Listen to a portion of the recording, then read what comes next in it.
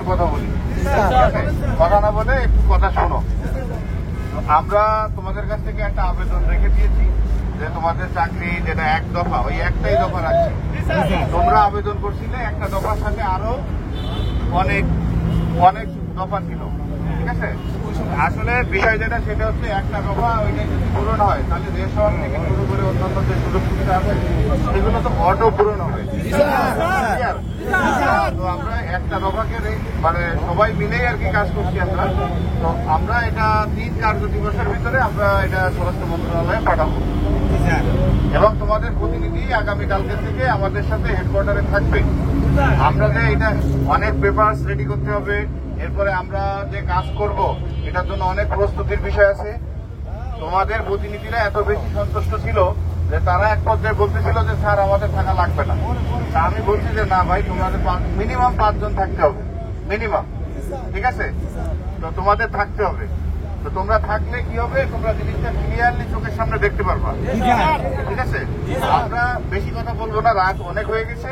আমরা 3 কার্য দিবসের ভিতরে যে আমরা স্বরাষ্ট্র মন্ত্রণালয় আমাদের ওখান থেকে যে আবেদনটা পাঠাবো এটা তোমরা তোমাদের প্রতিনিধিরা থাকবে। পাশাপাশি আর আমার মনে হয় আর বেশি কিছু বলার নাই আর কি। এটা তোমরা দীর্ঘদিন যাবত চাকরি করছো, অনেকেই দীর্ঘদিন যাবত চাকরি করছো। এখন কিন্তু তোমরা যদি মাইক নিয়ে কথা বলতে থাকো আরো অনেক দেরি হবে, এটা কিন্তু খারাপ দেখা যাবে, ঠিক আছে? তো তোমাদের দীর্ঘদিনের চাকরিতে আরো অনেক মহাপরিচালক মহোদয়কে তোমরা পেয়েছো।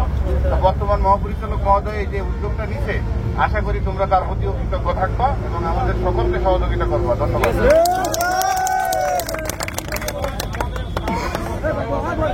আসসালামু আলাইকুম প্রিয় সহযোদ্ধা ভাইরা, আমরা সমন্বয় করে আপনাদের প্রতিনিধি হয়ে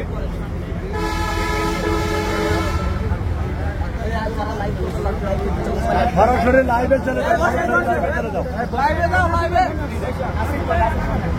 আসসালামু আলাইকুম আমাদের প্রিয় আনসার সহযোদ্ধা ভাইরা, আপনাদের প্রতিনিধি হয়ে আমরা সমন্বয় গঠন করে আমাদের 19 জনের একজন সমন্বয় আমরা গিয়েছিলাম ডিজি স্যারের অফিসে, আমরা কথা বলেছি এবং ওনাদের সাথে আমাদের দীর্ঘক্ষণ কথা হয়েছে। আমাদের এই কার্যক্রম চলছে, আমাদের যে স্থায়ীকরণ এক দফা এক দাবি, আমাদের এই এক দফা এক দাবিটাই থাকবে। তার মধ্যে আমাদের যে আনুষ্ঠানিক যেগুলো আছে সেগুলা এক দফা এক দাবি যদি হয়ে যায়, আমাদের যদি স্থায়ীকরণ হয় বাকিগুলা সবগুলা হয়ে যাবে। যখন হবে তখন সব হয়ে যাবে। এখন আমাদের কথা আচ্ছা ঠিক আছে, তাহলে আমরা যারা স্মার্ট কার্ডধারী আছি আমাদের এটা এখন যে কর্মবিরতি, আমাদের এই কর্মবিরতি এখন থাকবে। আমি তোমাদের আরেকটা বিষয় বলি, তোমরা অনেকেই ঢাকার বিভিন্ন আনসার গার্ড থেকে আসছো না? জি স্যার। সবাই গার্ডে চলে যাবা, কারোর কোনো গার্ডের কোনো সমস্যা নাই, ঠিক আছে? কোনো সমস্যা নাই। এবং 3 কার্য দিবসের ভিতরে যে আমরা চিঠি পাঠাবো এটা আমরা পাঠাবোই। তো 3 কার্য দিবসের ভিতরে যে চিঠি আমরা পাঠাবো, এই 3 কার্য দিবসের ভিতরে যে চিঠিটা যাবে, এই 3 কার্য দিবসের ভিতরে চিঠি গেলেই যে কার্যক্রম ফাইনাল হবে এমন কিন্তু না। তোমরা সবসময় আমাদের সাথে থাকবা। আমরা যে এই কাজে যে ব্যস্ত আছি কিনা, এটা নিয়ে আমরা দৌড়াচ্ছি কিনা, এটা নিয়ে আমরা কাজ করতেছি কিনা, এই কারণে দেখার জন্য তোমাদেরকে সবসময় আনসার সদর দপ্তরে স্বাগত। ক্লিয়ার? তবে একটা জিনিস আমি খেয়াল করছি আর কি, আজকে এই যে মুভমেন্ট ছিল এখানে কিন্তু অনেকেই ছিল তাদের কিন্তু চাকরির ব্যাস মানে চাকরির বয়স নাই, তাদের কিন্তু চাকরির বয়স নেই, তারা কিন্তু স্মার্ট কার্ডধারী না, এরকমও কিন্তু ছিল। এরপরে অনেক পাবলিকও দেখা গেছে যে অনেক পাবলিক বিভিন্ন সাইড দিয়ে তোমাদের সাথে কিন্তু যুক্ত হয়েছিল। তোমরা খেয়াল করছিলে?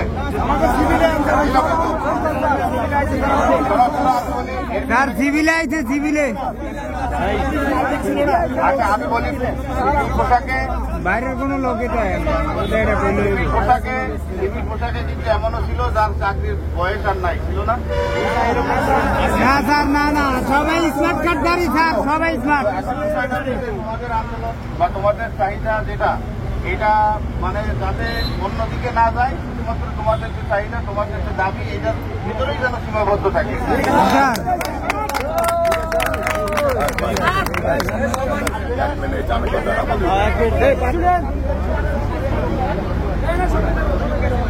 ওকে আমার একটাই দাবি, স্যার বললো ঠিক আছে যে 3 দিন পরে কর্মদিবস, 3 দিন পরে কিন্তু ওই কাগজ যাবে। ওই কাগজ যাওয়ার পরে ঠিক আছে হতে পারে 10 দিন হইতে পারে, 10-15 দিনে হইতে পারে, ঠিক আছে। আমরা পরবর্তীতে কত তারিখ আমরা করবো ওই তারিখটা ডিসাইড করে দিতে হবে। শোনেন, আমি আপনার কথা বলি। একটা তো হলে আমরা 5 জন তো সমন্বয় আছি, সমন্বয়কারী আমরা 19 জনের ভিতরে 5 জন আছি, কথাটা বোঝেন।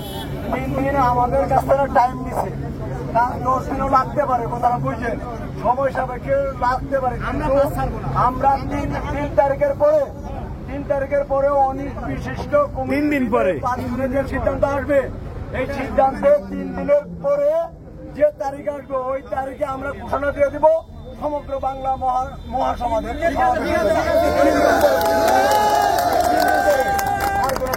লং মার্চ হবে, লং মার্চ, সবাই ঢাকায় আসবে। আমাদের এটা হবে।